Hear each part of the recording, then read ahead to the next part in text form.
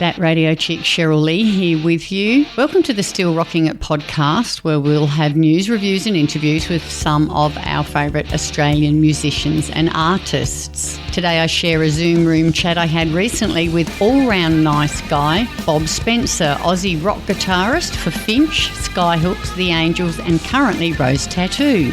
We chat about the Australian tour just finished, the massive European tour about to start, his brush with cancer, his unique and generous charitable escapades, and his favourite Tats song to play at the moment. But most importantly, whether he prefers to wear a tour jacket or an hoodie. All this from his makeshift bedroom setup while his new studio is literally built around him. So please excuse the occasional building site noises. What's Bob Spencer been up to lately? Let's find out.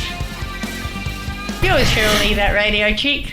Thank you so much for joining us today. I'm really excited to tell you that we have got the legendary Robert F. Spencer in the Zoom room with us today. I like to say that anyone becomes a legend when we've been in the business for this long, regardless of whether we are or not. So that's right. Known as, of course, to us all as Bob Spencer, Aussie rock guitarist, founding member of the rock band Finch, which we'll get to in a little while. Yeah, all right. I'd ask a little bit about Bob first. Yeah, sure, you ask pretty much whatever you like. Because a lot of our legends, we sort of adopted from overseas, but Bob, you're actually born in Australia, born in Sydney. Yeah, I was. My parents are from Egypt, and we're Wogs, so we're Italianese and Greek, and the family before me, they were all born in Egypt, but they're not Egyptian. It's a long story. And my dad came here in 1949, and I was born in 1957 in Sydney. Yeah. Bob, are you from a musical family? When did you know that music was in your DNA or in your future? I don't come from a musical family. My family enjoyed music. My dad had a collection of 78s and was a big fan of the typically WOG singers, Frank Sinatra in particular. So I grew up listening to Frank Sinatra and little bits of classical music, not a lot, but predominantly Sinatra when I was younger. I remember hearing the radio from our little house in Pagewood in Sydney from the time I was probably 3 or 4. In fact, I think my earliest memories are those of listening to the radio. So I just enjoyed whatever was on. And in fact, I don't know what station my parents listened to, but it was probably something like 2GB if it existed back then. So I heard the pop music that was around at the time. So now we're talking 1960, 1961 maybe. So whatever was on the radio was what I heard. I enjoyed music, but I didn't become a musician till I was 9. What happened at 9? Well, at 9, I told my dad that I wanted to play sax. We lost you there for a second. Saxophone. And he said, "No, you're too little, choose something else." That was my loving, supportive father. So I chose guitar, but it wasn't my first choice. And I've told this story before, so forgive me, but to this day I still prefer the sound of a saxophone over the sound of a guitar. I've mentioned it quite a few times, but I have a love-hate relationship with guitar. So I started playing when I was 9, and I was very fortunate that I had an incredibly supportive brother, Morris brother at school, one of the few supportive Morris brothers, I might add, and he really helped me. His name was Brother Edward, and I've tried to find him of late. It's been very difficult to thank him. So I started with him when I was 9, playing, Blowing in the Wind and Hey There Georgie Girl and all that stuff. How did you guys form the band, your very first band, Finch? That was in 73. Well, I didn't form the band. There was already a band in existence called Stillwater, I think. that sort of sounds right. And I probably answered an ad in the paper, guitar player wanted, audition, something like that. So Mum and Dad drove me to the keyboard player. There was a keyboard player, Matt, who was the loveliest guy, drove me there, and I don't recall, but I now know that I passed the audition. They threw things at me that, like Sunshine of Your Love and that sort of stuff, which I could play when I was 14 or 15. And I got the gig in the band. Very soon after, we decided that we didn't want a keyboard player because we were enamoured by Free in particular and Led Zeppelin, The Who, those sorts of bands. So Matt, who was, as I said, a lovely human being, I didn't, I was 15, I didn't make the call. It was probably Owen who made the call, who was our singer. Great singer and still a good friend. We became a four-piece and developed a bit of a reputation around Sydney as a good rock band. I think we might play a song from Finch. Oh my God, what have you got? Yeah, I've got Shortchanged Again, so let's listen to that and we'll be right back with Bob Spencer and hear what happened after Finch, straight after this. All right, okay. Still Rocking It podcast with that radio chick Cheryl Lee. I bought the drinks and I gave you my money. I was hoping to get you, honey. We're here with Bob Spencer, Aussie rock guitarist legend. And, thank you. Now, he's been everywhere, man. He was with Skyhooks and the Angels and the Choir Boys and Party Boys. Oh, I've got anybody who hasn't been with the Party Boys. Yeah, that's true, yeah. I think the short list would be guitar players who haven't been in the Party Boys. Yeah. Correct. And currently touring with Rose Tattoo. In fact, you've just finished an Australian tour just last weekend. I came home yesterday. Yeah. So touring is very different from what it was when I was young. Touring these days really compromises flying somewhere on Friday morning and playing somewhere and then flying home on Sunday or Monday. So the things used to engage like a 40-foot semi and, half a dozen or 10 road crew, lighting gear from, everywhere. That doesn't happen anymore. So these days you see your friends at the Virgin Lounge on a Friday morning at a very sensible hour where we're all drinking coffee. We're not up at 4 a.m. drinking shots of B-52s in a club somewhere. Those days are gone. It's really quite funny. And then I spend the rest of the time at home doing homebody things. In my case, finishing a studio out the back of the house. The plasterers are here today, in fact, finishing off the plastering. So touring is really different from how it was. Yeah. When we go to Europe, it's touring kind of like the old days in that we play 5-6 nights a week and it's pretty full on. But touring Australia, those days are gone. In the old days you'd play from Tuesday to Sunday and have Monday off, and that was it. But that finished a long while ago. I know you were here in Adelaide as part of that tour, and I'll just ask, Angry was not looking too well that night. Is he fully recovered? No, he was really sick. He is. Yeah. A friend of mine says that Angry has caveman genes, and he will survive. He will survive the next nuclear holocaust. Like a cockroach. I didn't say that. I don't condone that. So he really was sick, and he's really quite a trooper. He loves performing. That's his outlet. But he really was quite sick on that day. I think it was a Friday. I'm not sure. Yeah. But he was sick at the airport that morning, which worried me.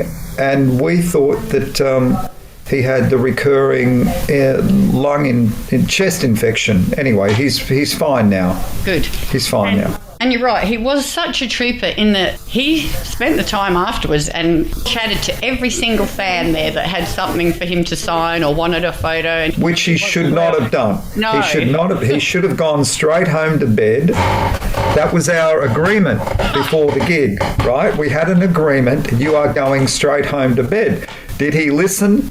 No, of course he didn't. No. Well, thankfully he's got a bit of time to, fully recover before your overseas tour, because goodness me, I'm just looking at the dates here, over July and August, 24 dates all over Europe. Yeah. What an amazing journey that's going to be. So you're all going to need all of your strength for that. Yeah. We fly out 5 weeks from today. We go. All the best with that tour. We'll be watching the social media to see how that's going. Hope it's a great success for you all. I'll start doing videos again too. My stupid on-the-road videos, which I can't believe anybody likes except me. They're just the dumbest things, but that's life inside my head. Entertain us, does it? Very or entertain me. Still Rockin' It podcast with that radio chick, Cheryl Lee. We'll be back to speak some more with legendary Aussie guitarist Bob Spencer after this song. First there was Finch and then there were Skyhooks. How about Women in Uniform? From Guilty Until Proven Insane from 1978. 1, 2, 3, 4. Lift your leg. 1, 2, 3, 4. As mentioned, you replaced Red Simons in Skyhooks. I did. Replaced John Brewster in the Angels. So you're the go-to man. I'm the go-to man. So the Skyhooks thing came about because Finch supported Skyhooks at a couple of gigs, and I struck up a friendship with Greg McCainch in particular. Hang on, we've got somebody at the door. I'm doing a Zoom thing. Can I? It's our plasterer, Chris. Hello, Chris. Hello. Sorry, we're talking about plastering. Well, I'm just doing an interview. All right, so I assume you're cutting that out. You can leave it. I don't care. Oh, where are we? So Finch supported Skyhooks at 2 or 3 gigs. I can't remember. And I struck up a friendship with Greg McCainch. And Greg and I stayed in contact we're still in contact. And Greg used to come to Finch gigs, and we used to write to each other in the days of writing letters and postcards. And he would send me postcards from America when they were touring with Cheap Trick and ZZ Top and whatever. And I would write to him, to his home address in Melbourne, and we just kept in contact. And then one day, quite out of the blue and completely unexpectedly, I received a message. I was on the road with Finch, and I received a message to call Greg when I got back to Melbourne. We were living in Melbourne at the time, which was a complete disaster and a mistake, but which is partially what led to me joining Skyhooks. I was very unhappy. So I received a message to call Greg, which I did, and I thought it was just asking me about guitars or strings or, I don't know. And he said, Red just left the band. Do you want to join? What? So the next thing I was in Skyhooks. It was all, as most things in my life have happened, it wasn't planned. It was very much how I joined the Angels. It was just a phone call, and the next thing I was in the band. And the Skyhooks experience was, to this day, the most informative and educational experience I've had. Still Rockin' It podcast with that radio chick, Cheryl Lee. Back to talk more with Robert F. Spencer straight after this song, but I thought we'd better play an Angels song. How about Take a Long Line?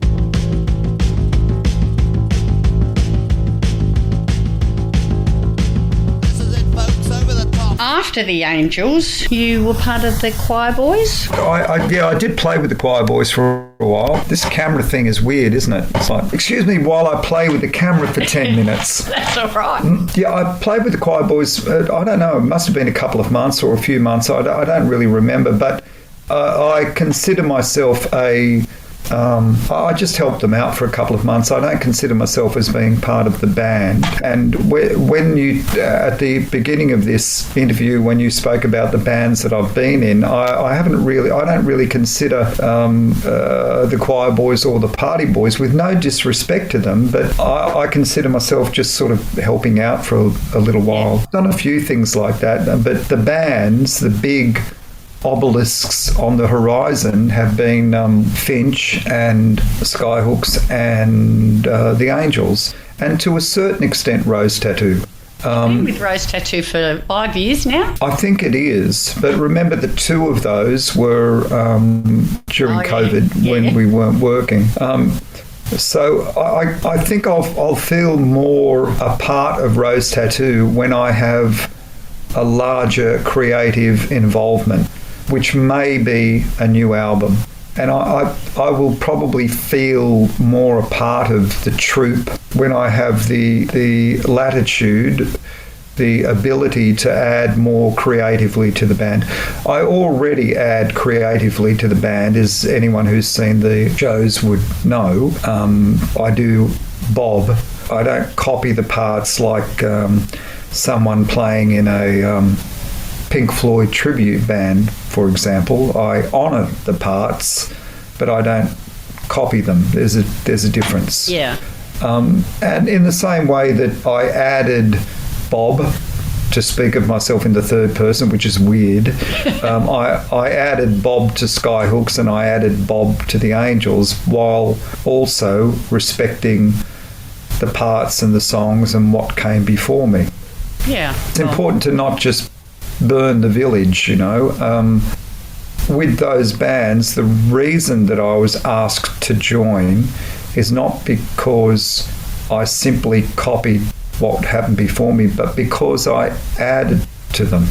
That's the reason I was asked to join the bands, to build on the platform that was already there, which is something that I'm not certain that fans understand, and that's fair enough because they're not in the business and they're not in the band.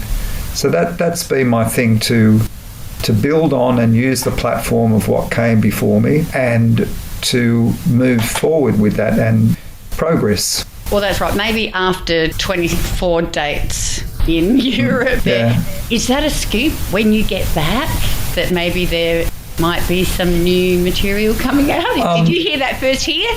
No. There's been loose talk of this for a few years. A lot of things have to come into alignment before a new album is attempted. Budget, timeframes, who's writing the material, who has the time to write the material.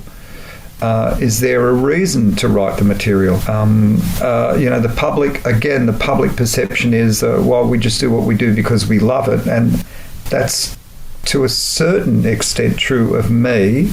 I also like to, help pay the bills. That's handy sometimes. Well, yeah, I'll be 65 in a couple of months.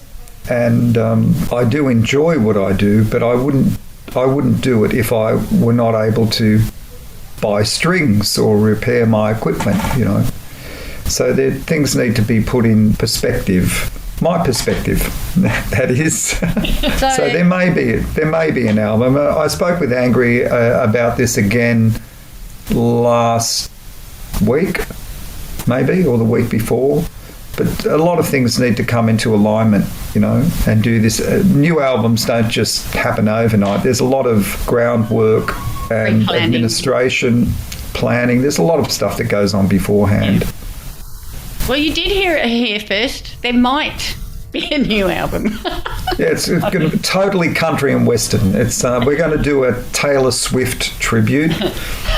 You've got all types of music here, both types, country and western. Country and western. Nice bar you've got here, Bob. Yeah. Still Rockin' It podcast with that radio chick, Cheryl Lee. Well, sorry to say I don't have any brand new Rose Tattoo music for you yet, but let's have one of our favourites, one of the boys, Rose Tattoo, back to speak with Bob again shortly. We'll chat about his cancer diagnosis, amongst other things. They were so damn glad when I left school. Said I was crazy 'cause I broke the rules. Now, how is Eric the Freeloader? You've had your moments with health and you're on Eric. one kidney, is that right? How are you going? I am. I'm fine. In fact, I have another checkup next week, I think. I got that email yesterday. Eric, the tumour has gone. And Eric took my kidney along, my left kidney with him. Disappointingly, I was not permitted to bring Eric home in a jar. They don't let you do that anymore. Something to do with OHS. But thank you. I'm fine. I had the normal, 3 monthly checkups, 6 monthly checkups. Now I'm on to yearly checkups. And I'm fine. I do have blood tests semi-regularly. And thank you, I'm fine. That's good. Well, you look good. That's the main thing. Thank you. Okay. That's from a woman's perspective. Now, right. I just also wanted to thank you. You are one of these guys who do give back. You're very generous with your time on social media for your fans, which I think they all appreciate. And you also give away some random merch, which I think the fans really do love. In fact, I've been on the receiving end of one of those T-shirts. Did you? I have another T-shirt, which I need to go off tonight because I keep forgetting about it. Well, I thought I have things that I don't need, as we all experience, and I don't want to sell them. It's not trying to get, $20 or $50 or $100, even though all that stuff helps when you're, putting food on the table. And I thought, well, this would be cool. How about I just make an arrangement where the person who receives the item pledges that they will give something to the homeless. And I don't want to know what it is. I have no interest. It could be $1. It could be $1,000. It could be their old car. It could be a hat that they don't need anymore. I don't care, but that's the arrangement. I give you something and then you give something to the homeless. Pay it forward. It's a pay it forward thing. I didn't get the idea from anywhere. It just appeared in my head, And it grew organically. Well, I would hope that other people take it on. I'm not the kind who starts a movement. I'm not that kind of person. But if other musicians choose to take that on, they have open invitation, old tour jackets, because we accrue all this stuff. I'm never going to wear a tour jacket again.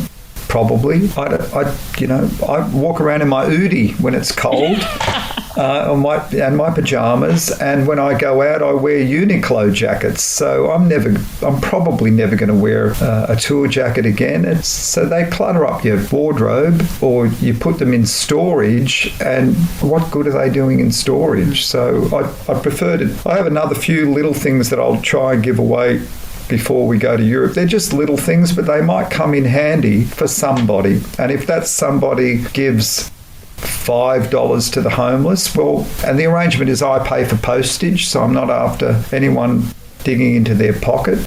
If a little bit of money or energy or kindness goes to the homeless, then I think that's a great thing. It's win-win. Concept. Yeah, that's right. It is win-win. So you feel good. You've made the recipient, who's probably a fan, extremely happy. And as you say, something's been given to the homeless. So with mine, I'm the fundraising coordinator for Support Act South Australia. Right. So you probably know about the Oz Music T-shirt day we have every year. So my T-shirt has been added to the collection, and for the last 3 years, I think I wore 20-something band T-shirts T-shirts the first year, Right. 30-something the second year, and last year, due to a slight miscalculation, I wore 49 band T-shirts. Wow. And then take them all off to Right. the band's on the T-shirt song is just plays in that moment. Right. Yep, so I got a cracked 50 this year, and your T-shirt has Oh my taken God. me over the line. Oh, right. That's wild. I know, and it's not easy to wear 49 T-shirts, let me tell you. Yeah. Good work. Thank you. Still Rockin' It podcast with that radio chick, Cheryl Lee. Let's have another Rose Tattoo song. How about Rock and Roll Outlaw? I don't think Bob is a rock and roll outlaw. I think he's a big softie with a very generous heart. We'll be back to speak to him shortly about some of his solo pursuits. I'm a rock and roll outlaw, and I'm on the ride. I'm a rock and roll outlaw. I'm going to start recording for myself again in September, I hope. That's a scoop. Is it? Oh. And you heard it here first. I've got an image in my head of what that might look like. The songs or the projects. I'm mulling that over. I want to do a lot more stuff that's funkier. I don't mean funky town. I mean funkier. I really like. I love a lot of black music. So Sly and the Family Stone, Betty Davis, stuff like James Brown. I love a lot of that stuff, and I'm tempted to do a project which is maybe 10 just really funky, solid, simple riff-based tunes. So it's still floating around in my head, and I also want to record more really pretty instrumentals. I love doing pretty instrumentals. I'm a big sook, but I'm still throwing those. I see them as images. I'm still throwing around those in my head as to how they'll look. Hopefully I'll start those about a month after getting back, so around September. How exciting. That is great news. We saw you here, as I mentioned, at the Gov, and prior to that, we saw you here in our beautiful town as part of the Under the Southern Stars tour. And I must say, you guys look like you were having a great time. I guess it's a no-brainer to say that you are enjoying being able to get back out on the road in front of fans. I've always loved performing, and regardless of the context or the environment of the band, what sort of band it is, I always do my best, and I love it. For me, playing gigs is therapeutic. It's I really enjoy it, but it satisfies a lot of things for me. It satisfies a lot of things. It's very, very enjoyable, and it's very rewarding, and it's a good night, a fun night is hard to beat. And those two, Adelaide, we did 2 in Adelaide, did we not? Yes. Did we do 2 in Adelaide? Yeah. Yep, maybe they were 3. really good fun. 2 under the Southern Stars and 1 at the Gov, I think, yeah. They were really good. The Under the Southern Stars thing was good because it gave us a chance to play on a big stage with good production. And we also got a chance to see some of the other bands, not always because of the COVID restrictions that were in place. It was a really good tour. We had a couple of really, really good gigs and very vibrant, energetic gigs. It was great. Yeah. Well, we can't wait till you get back from your big OS trip and we see you back in our town again, because we love, watching you guys play live. That's our favourite thing. I wish you all the best with both of your solo endeavours when you get back. We'll wait with bated breath on the socials for news of that. And good luck with the new studio. I hope you get your Jip Rock. Yeah, well, I need to go and speak with Chris now. He said we're 3 sheets short. Yeah. Like, well, you ordered it, okay, but I'll have a chat with him now. Yeah. When he said he was 3 sheets short, I thought of the wind, and that usually means... Yeah, no. We don't do that anymore, no. No. All right, well, thank you so much for being so generous with your time today, Bob, and spending a bit of a chat in the Zoom room with us. And I think we'll go out with a Rose Tattoo song. Have you got a favourite, or is that like, too hard to answer? There are some things that I really enjoy playing. I love playing Rock and Roll Outlaw. I love playing the new version of Sweet Love that we just recorded a couple of years ago, the Shuffle. I think that's my favourite at the moment, Sweet Love. All right, well, let's go out with that. Sweet Love Rock and Roll, which was a song written by Ian Ryland, and we re-recorded that on the Outlaws album of a couple of years ago. Righto, let's play that right now. Thanks again. Thank you. Thank you very much.